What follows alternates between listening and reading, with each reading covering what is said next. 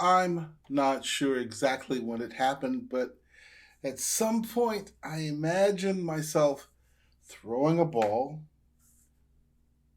like that. I imagined and I observed. So I thought, well, what would happen if you threw it over your shoulder like that? From this to that, and all of a sudden, I thought, it sort of reminds me of something. It reminds me of shifting. I don't know why throwing the ball made that happen, but I guess it must have been when I was practicing a lot of Yoast. There was a point where I did it for an hour and a half a day. Maybe it was there that I saw this and thought about throwing a ball.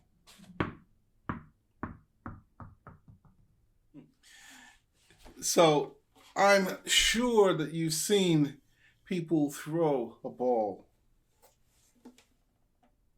like this or like that.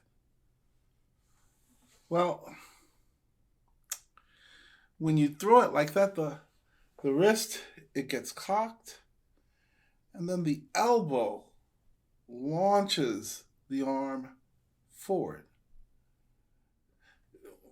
Because it's launched like that by the elbow, the wrist and fingers stay very relaxed, like this.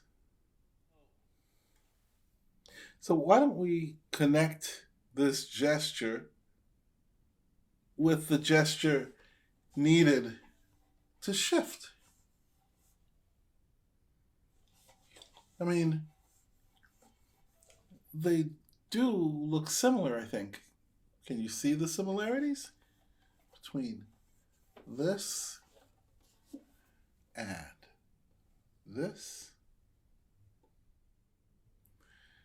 Well, performing the gesture in this way is extremely important as we truly need the freedom, the relaxation in the fingers and wrist and hand that this promotes. Now, don't be fooled. Though this gesture looks like it originates from the wrist, it's actually originating from the elbow. You see, looks can be very deceiving. So to help us understand this gesture, why don't we look at a little do-ness?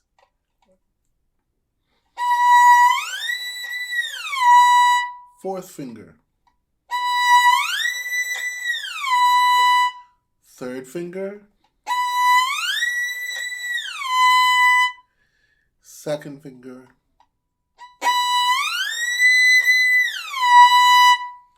First finger.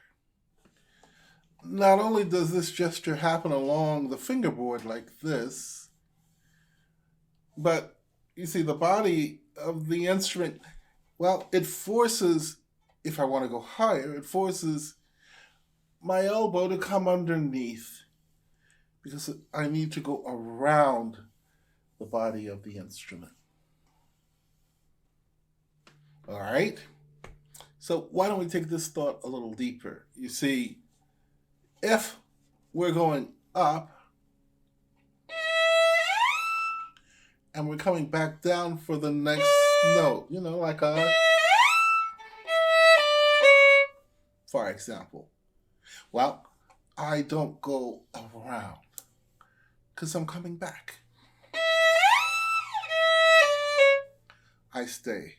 My elbow stays. Here, look at it this way. You see, my elbow did not come underneath. It stayed. Well, the other way is if I want to go up and stay there. My elbow needs to come around for that to happen.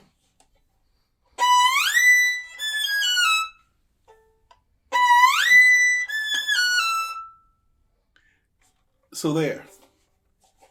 Now we have a larger picture. To begin understanding this a little better, I use one-string scales, or scales with one finger. We can do these scales chromatics, like I showed you. We could do them arpeggiated. We could do thirds, fourths, fifths, sixths, sevenths, octaves.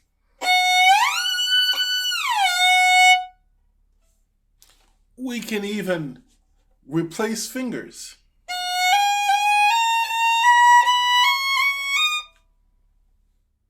This concept I explore in my book on one-string scales. Now that we've begun the understanding of this gesture, we are better prepared to use it in normal scales and arpeggios. For example, if we start with a 2-1-2 fingering, on the A string, there is that 3-1 shift. Okay, let's see how we could work this. Though I don't teach Sevcik, I do use his ideas. For example, this one, I would do for the 3-1 shift, 3, 4, 4, 3, 3, 1, 1, 3. I would use the 4 to identify where I'm going, to locate it. And then I would shift, like I threw my ball, I would shift and put my finger there. It's important as well to go up and to come down. We can learn a lot from doing things the other way. And of course, in that same scale, we have what? Here we go. 2, 3, 2, 1. So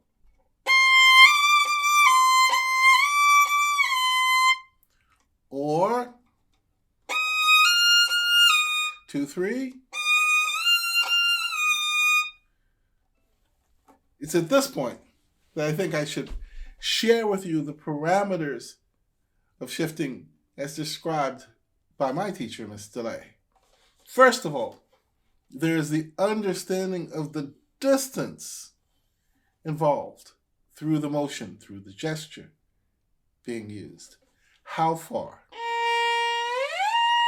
How far are we going? We have to try to understand that distance. There's a lot of ways to do that. One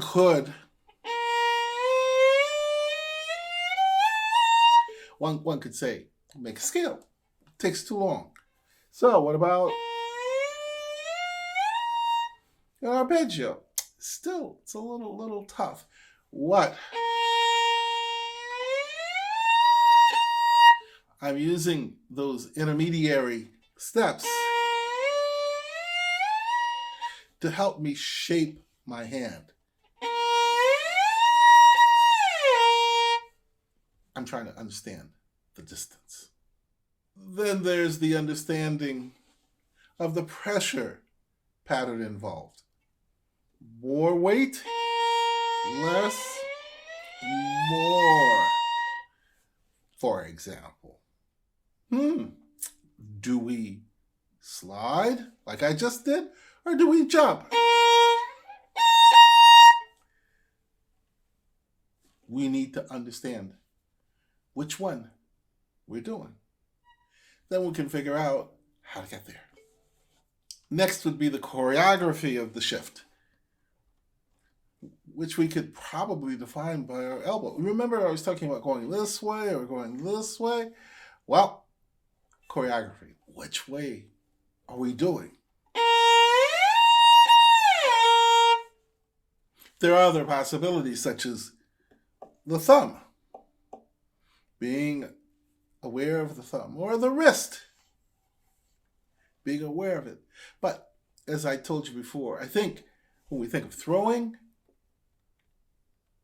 we loosen those things up enough so that we can be aware of them. We don't need to worry about initiating from them, for the most part. Next would be speed. Is it slow, fast, slow, fast, slow? Or is it fast, slow? We need to understand what that speed pattern is. So you see, when I first learned of shifts, they had names like French, Russian, but let's keep it simple. Let's say that you either shift on the original finger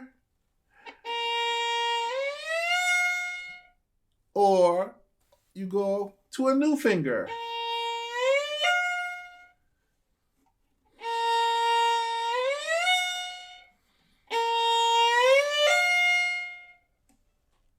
You saw what I did? And I'm shifting on the finger that I'm arriving on. Now, I'm shifting with the finger that I departed from, and now I'm putting the finger into play. Putting that third finger into play. So which one should you use? Well, I believe you should let the music decide. You should let your feeling, your intuition decide. You see, you let what you see in the music and how you wish to portray it make the decision for you. Once you've decided, it will be your observations of what's occurred while you were doing it that will lead you to just how you should proceed to clean it up. Make it more efficient. Make it more effective. Okay, so with that, all that we have said up to now becomes the tools that we will use to create our connections between those scales, those basics, etudes, and our repertory. So why don't we have a look at a few shifts in etudes? Let's start with this etude from Don't Opus 37, number 9.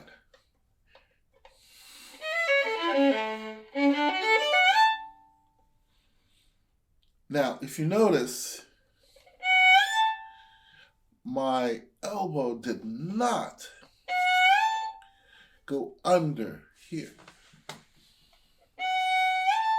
See, it's not moving. I didn't go under the violin. So, why? Because I'm coming back down.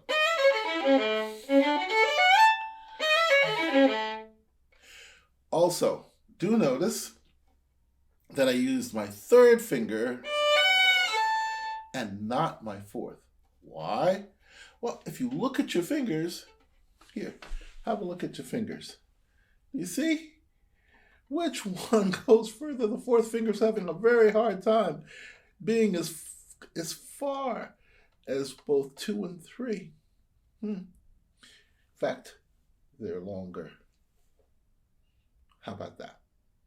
So, using that information, it would just make sense to use the 3 and not the 4. But only because I'm coming back down. All right, let's look at another shift. How about this from Kreutzer? It's number 11.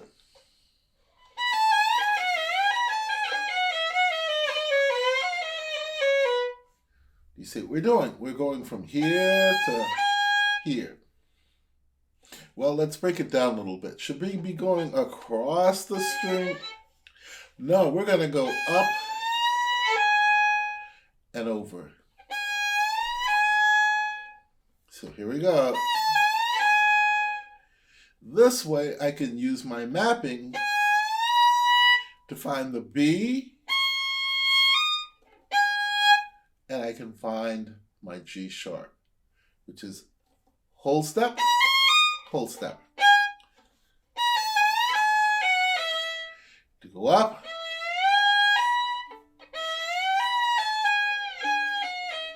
same thing going up, and we're simply going to replace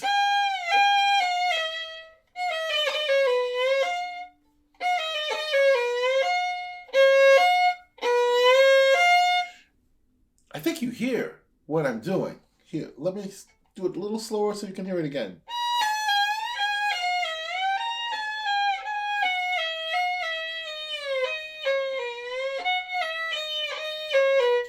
Play it fast.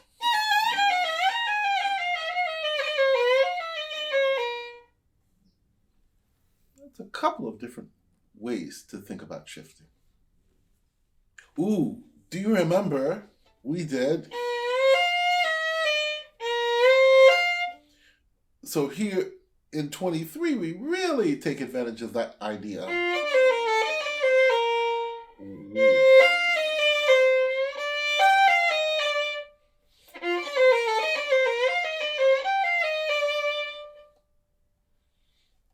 You understand?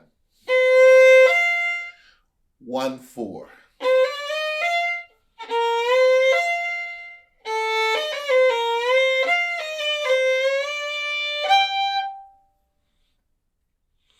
Now, so far, all of these shifts have had intermediary notes, guide notes, to help us figure out where we were on the fingerboard.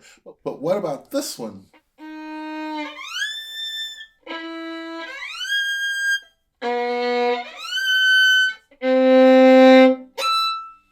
How in the world are we going to figure out? I guess we're going to have to use a violin to help us guide. If you see where my finger is, it's halfway between here and the end of the fingerboard. Maybe I could use that as a guide. What else could I do? Ooh, I could use my elbow.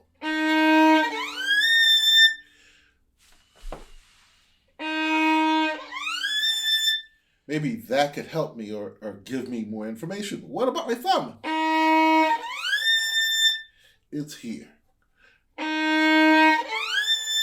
In other words, I'm going to use every part of my body to help build awareness so that I can understand where to go.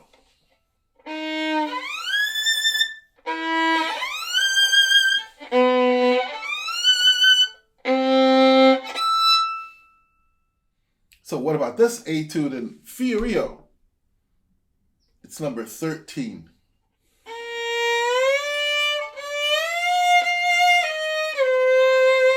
Okay, so we've got, which of course we could do to help us figure out where it was. We could use our third finger to figure out where we're going.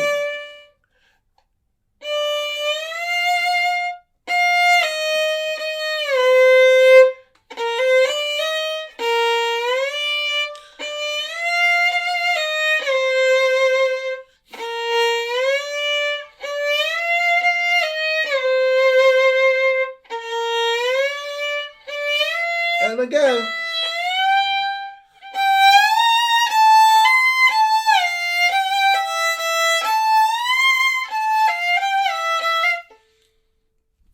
this one is so cute. Here, let me play it for you.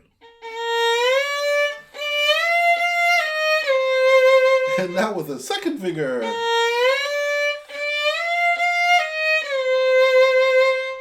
back to the first and third.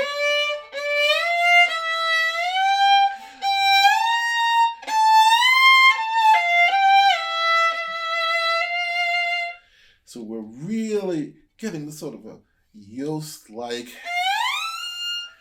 feeling for what kind of pressure we need, what the speed pattern to be able to do. Okay, what about this one from Road, number 11? What do we have?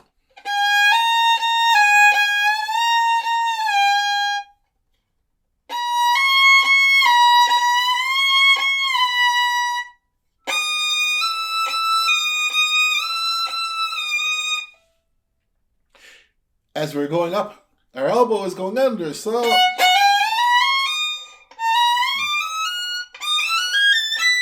here.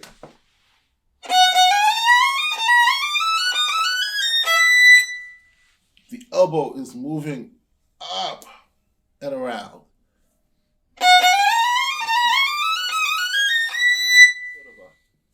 So that's just sort of a quick tour of shifts that we can find in Etudes. So why don't we take it to pieces now? What about we start with Lalo, Symphony Español? We know what I'm talking about.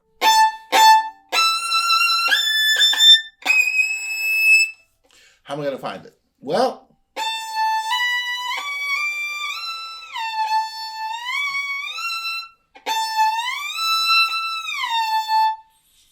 I guess I could practice like that, huh?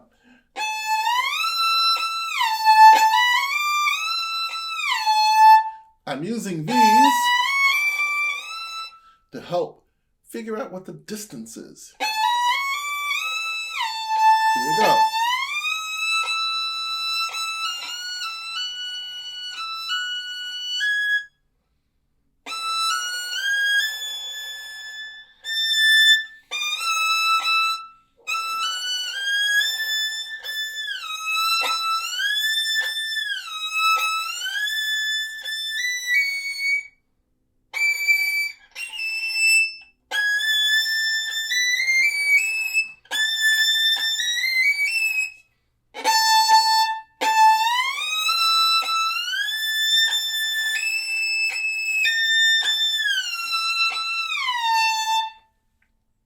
Well, you know what I think I just did?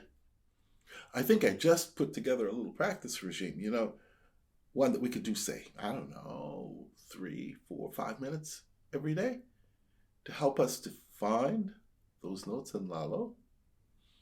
I think I probably do it before I actually tried to play it bin ritmato. All right, what about Bruch, the second movement?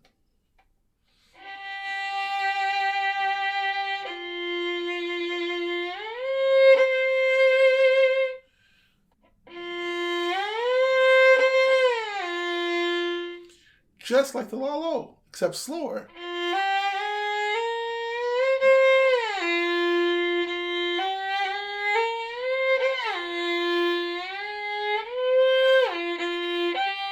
Here we go.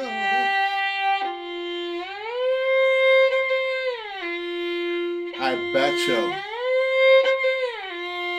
I could practice it the same way. Ooh, but if we look a little further,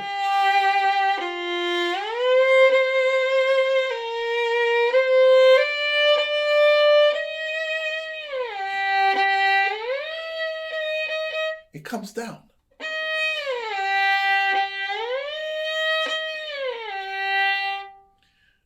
Led by what? Led by my elbow, even though it does look like it's coming from my fingers or from my wrist. I'm actually throwing it this way. Oh, here's a favorite. What about from Mendelssohn? Second movement, the concerto.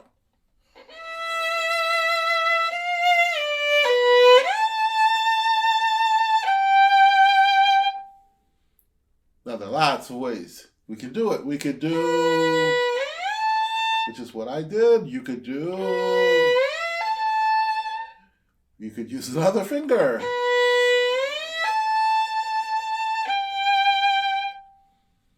Just depends on your taste, what you want to do. Now, if we chose, then we've got to figure out where our elbow is going. And because we're staying there, the elbow is going to stick around, of course. Now,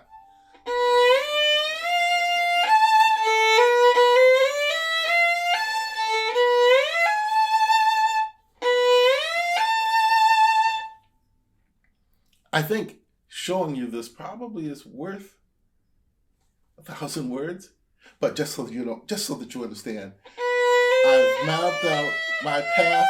I'm going to go to the F. How can I do it? Too many notes. So,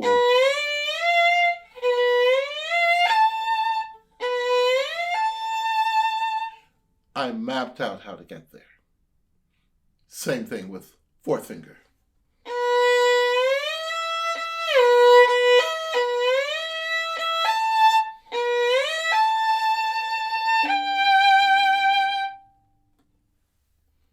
Another favorite.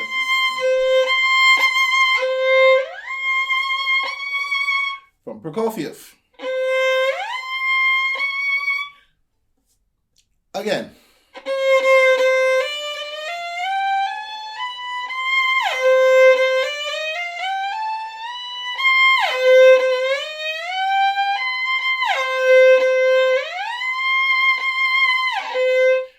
Good look at the speed pattern. That one didn't work. Probably safer. So probably a fast to slow.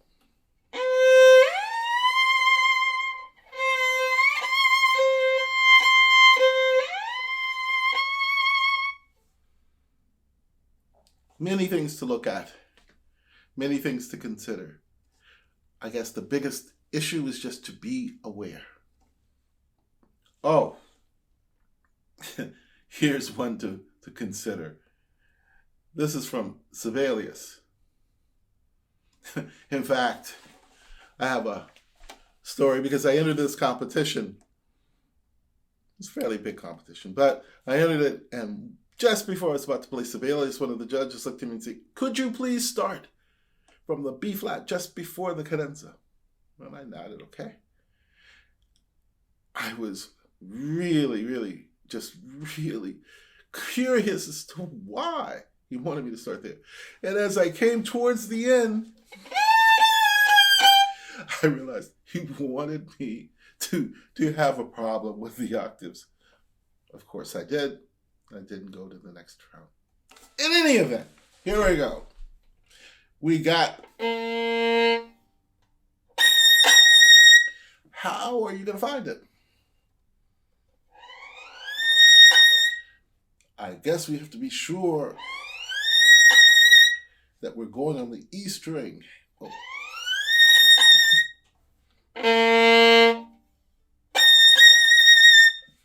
So this path is the determining factor. In fact, if we connect everything we've talked about before, you could probably come up with the solution by yourself. At least that's my hope. That's my reason for doing these videos, so that we can make those connections.